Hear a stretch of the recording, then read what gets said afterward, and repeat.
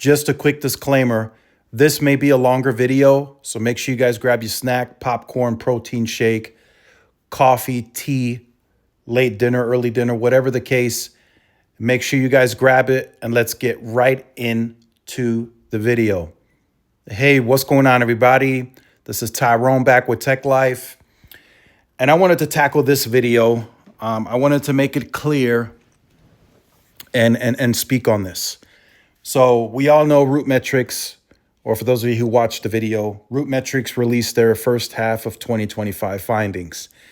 And until this changes, and I don't foresee this changing, RootMetrics today is the most comprehensive scientific study that we have in the industry today. There is no other scientific test as comprehensive as the RootMetrics one today. That could change in the future, but today this is the most comprehensive testing we have. And to get right into it, T-Mobile finished worst. They finished last place. So I wanted to tackle that and talk about that in its own video because it's now let me start off by saying this. Has T-Mobile finishing worst on this scientific testing derailed its success? No. They have not, significantly trended down on growth. They're still growing. They're still adding customers. So that this does not change that. Now, why I wanted to talk about it, and we want to speak on this because T-Mobile is touting the best network.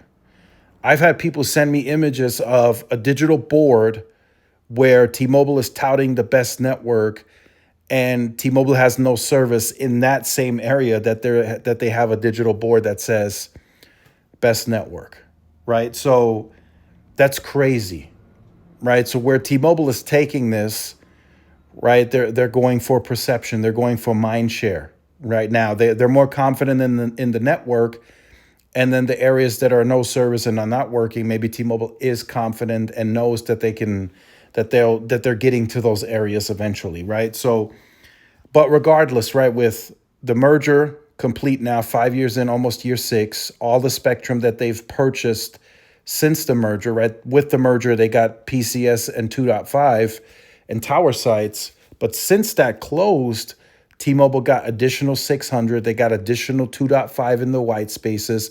They got C-band. They did get DoD, but they ended up selling that for more 2.5. So with all of that spectrum, the spectrum of two companies, one would say, they still finished last on this testing. I mean, you can take that how you want, but they finished last. They finished last. So if we're looking at the set of data, right, like network reliability, responsiveness, network speed, data performance, you guys can see T-Mobile is not, you don't see the magenta color on any of this. So that means they either tied second or they finished third on the ranking. And you can see by the overall score that they finished last. So most of those categories, they are probably last, except maybe network responsiveness and I think a couple of others. So what does that mean for T-Mobile?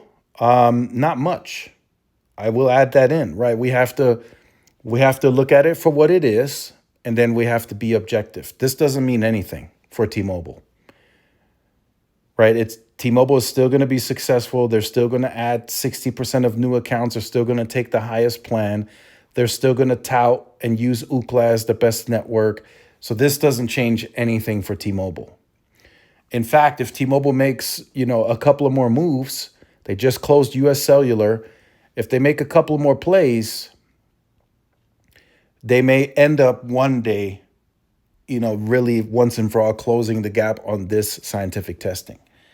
Like I said, they're almost at 96. So they're not too far away. Even though they finished the worst, it's not like they're coming in at 88 or 87 anymore, right? That used to be the case, right? For those of you who were tracking this for a while now, 2016, 2015, I mean, the gap was insane. Verizon would come in at 94, T-Mobile would finish at 79.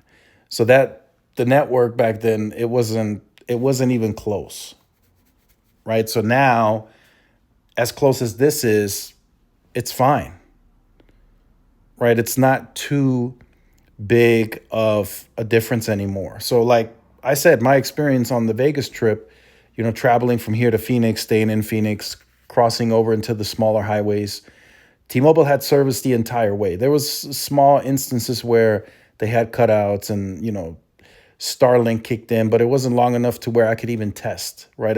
Lost service, boom. So it's not anything severe enough where people are going to go, oh, I'm going to switch, right? And I didn't feel that way at all. Like I didn't come out of this trip and saying, hey, I'm going to leave T-Mobile. The network was just horrible. I felt like the entire trip I could do what I needed to do and get it accomplished. Watch the episodes on Netflix, send my messages, take my calls, make my calls. All of that worked without huge interruption. So this right here is closer than ever before. Even though T-Mobile finished worst, the scores are closest they've ever been. The problem now is the reason we have to look at this more closely is because T-Mobile's touting that they have the best network, when scientifically they don't. So that's going to cause for back and forth debates for years to come. But T-Mobile is closest that they've ever been before, and that's why I say this doesn't really mean much. T-Mobile is still going to accomplish their financial goals.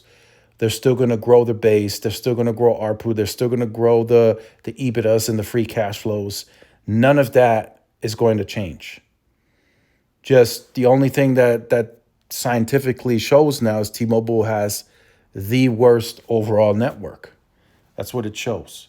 But does it matter? It may matter to you individually. You may say, hey, T-Mobile doesn't work for me. They are in last place. I choose this network over it. Or you might be the person that says, well, T-Mobile is last on this, but they work for me and I feel they're the best in the areas that I work, live, and play, right? So it's objective. It's always area dependent. But scientifically, overall, T-Mobile is listed as last place. And they have been in that last place for ever. You guys can scroll down and see 2013. T-Mobile has never won anything overall anywhere. Never, ever. So, but yet T-Mobile is still the size of the company and the market cap and everything that they're enjoying today. And this testing has not really affected T-Mobile in any way, shape, or form. But let me know your thoughts on this. Just wanted to get that out there, clear the air. Yes, T-Mobile has been in last place, and when Sprint was around, they were even lower than that. They were in fourth place. The only reason now that T-Mobile is finishing in third place is because there's only three. So T-Mobile has the most amount of work to do. I think T-Mobile's leadership team understands that very well. Do they even care to ever get to that level? That's also an unknown, especially now with this heavily anticipated Starlink. I think it launches tomorrow, as a matter of fact, or today. It's commercially officially launching sometime today or tomorrow, if I remember correctly. So they might not even care to really close that gap in terms of the geographic footprint, but it's all dependent on market share, where they're growing the most, where it's called for. All of that is a part of the overall strategy for T-Mobile. But let me know your thoughts in the comments. Like, share, subscribe. See y'all in the next one. Peace.